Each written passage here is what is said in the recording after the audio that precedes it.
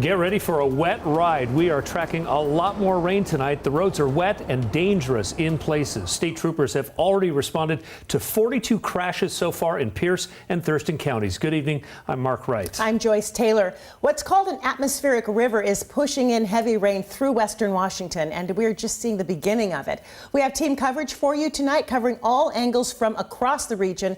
We begin in Federal Way, where we're just learning about a scary accident involving a storm drain. Callie Greenberg is there right now. So, Callie, we're hearing that two young boys had a really close call tonight. What happened? Yeah, Mark, these were two 12-year-old boys. Truly a terrifying story that ended okay for both of them, thankfully, but a reminder of just how powerful water is. The boys were playing down here in Kitt's Corner in Federal Way at the water here when they got swept under into a tube. We spoke with Federal Way Police Commander Raymond Bunk just a few moments ago about this incredible story. Take a listen. Yes, so they were playing down this way somewhere, and then the water got away with them. Not sure how deep it is, but I know how powerful water is. Then they would have come down here, entered the tube right there, and they were sucked into this larger tube. And if you look down inside there, you'll see there's an actual ladder.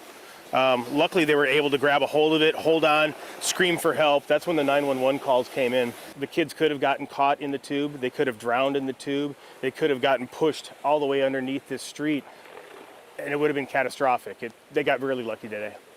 Now, one of these boys So the police department sent us this video. It simulates essentially what happened to the boys with that water bottle there. If we come back out live now, you can see, I mean, it is pouring rain, and you can see the current that is pulling into the tube there. They say it's about an 8-foot tube that leads into this cement cylinder here. Police say this isn't something they normally respond to, but they said those boys got really lucky for numerous reasons. A big one being inside of this cement tube, there's actually another tube that sends that water into the sewer system. So that could have been a really dangerous situation there. But they were able to lift up the top there, and then police were able to grab the two boys out as they were clinging to a ladder that's on the inside. Mark. Callie, looking at those pipes, it's incredible that those boys were not killed. We know it takes about a foot of water for a car to get swept away, even less for a person, though, right? Right. And I do want to mention both boys were okay. One boy had a scratch on his knee, but really okay. When we talk about the power of water and all of this rain and flooding that we're expecting, it is important to think about water. We know it's a foot that can push a car, but I did a little research and they say it only takes about 6 inches to sweep a person off their feet if the current is strong enough. Such a good ending, though. Callie, thanks for that report. They were so lucky. Yeah. So the rain, it is no joke. This photo was taken about 9 o'clock tonight, showing a Washington State patrol trooper wading into the water in King County. He was trying to clear a drain so he could open the roadway. So, Rebecca, how are those roads going to be looking in the morning? Oh, we're going to have a lot of ponding water going from clogged drains out into the roads. So something to keep in mind, that old turn around, don't drown. It's really going to hold true as you get into the foothills of the Cascades, where some of the heaviest rain is coming down through the rivers and rushing up to flood stage by morning. SchoolNet stations show La Push right now is currently 55 degrees, and we have well over 2.5 inches of rain today. University Place, 1.82 inches of rain, and Shelton at Sanderson Field just hit 2 inches of rainfall. Now, the rain right now stretches across most all of western Washington, with a new band of some heavy showers hitting the central coast and some also crossing Port Angeles, making their way towards Mount Vernon. And also for Mukilteo, you got a dry break right now down to Seattle, but you can see the heavy rain tracking from Tacoma to Mineral. This is where we have flood warnings. Rivers under flood warnings in the brighter green. A flood watch is in effect for all of western Washington due to that landslide threat, and also because of the flood watch due to urban flooding. Any place that you have a clogged drain and water will just pond naturally. So tomorrow's forecast, the commute will be very rainy and tough visibility. The rain will slowly break to the north after the noon hour, and we'll start to see a little drier weather from the north develop further south later in the day. High temperatures are going to be hit early in the day, so it's going to be warm, and I'll have more details in the rest of your forecast coming up. Rebecca, thank you. And now let's get to Skagit County, where there is a flood watch for the Skagit River. King 5's Ted Land is in Mount Vernon with a look at how crews are preparing there.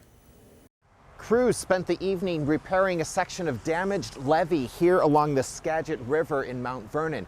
They were dropping large boulders and rocks on the bank hours before the water is expected to rise to possible major flooding levels. Work crews moved in as the forecast grew more ominous. That was not an urgent issue, but it was one that they wanted to address before the flood levels rose again. This section of riverbank levee had eroded, prompting crews from multiple agencies to accelerate their timeline for repairs. The city of Mount Vernon is also getting ready to possibly install a flood wall to prevent water from rushing toward downtown shops and businesses. We'll take a look tomorrow morning. We'll start at about 7, 8 a.m., start watching what the river does up to the east of us. And at that point, we have about a 12-hour window for our crews to get out and deploy a flood wall to increase the protection downtown. Things have changed a lot over the last 10, 20 years, and as this flood wall has provided protection for our city, things are a lot different in Mount Vernon now. When a flood is expected, we've gone from panic mode, where everyone is sandbagging at all hours of the night, to a little bit more relaxed. In fact, sometimes people will grab some coffee, come down and watch our crews put the wall up, kind of make a morning of it. So it's a much different feel downtown now. The city says it's leaning toward installing that flood wall tomorrow, but again, they'll have to see what it looks like in the morning. This work should be finished by Friday evening, just in time for the worst flooding, which is expected late Friday night or early Saturday morning. In Mount Vernon, Ted Land, King 5 News. Ted, thank you. To the south, across the Columbia River, a number of rock slides have happened tonight on the East Columbia River Highway in Oregon. Here in Washington, we haven't seen any major slides yet, but the threat is definitely out there. So here's how it works. When we get a lot of rain, and that rain soaks through the upper layers of soil, it eventually reaches a layer of clay, not far below the surface. But the rain can't penetrate the clay, and because of that, it builds up on top, and the upper layer can no longer hold on. Shallow landslides tend to be much closer tied to the peaks in rainfall intensity. So you can look at sort of the 24-hour rainfall intensity, how much rain we get in a day, as being a pretty good predictor for that day or the next day or two in terms of shallow landslides. And they happen. The State Department of Transportation budgets about $15 million a year for landslide cleanup on highways alone. You can keep up with the latest weather alerts by downloading the King 5 app. Just text the word app to 206-448-4545. We'll send you a link so you can download it. You can also use that number to send us pictures and videos of flooding and weather where you are.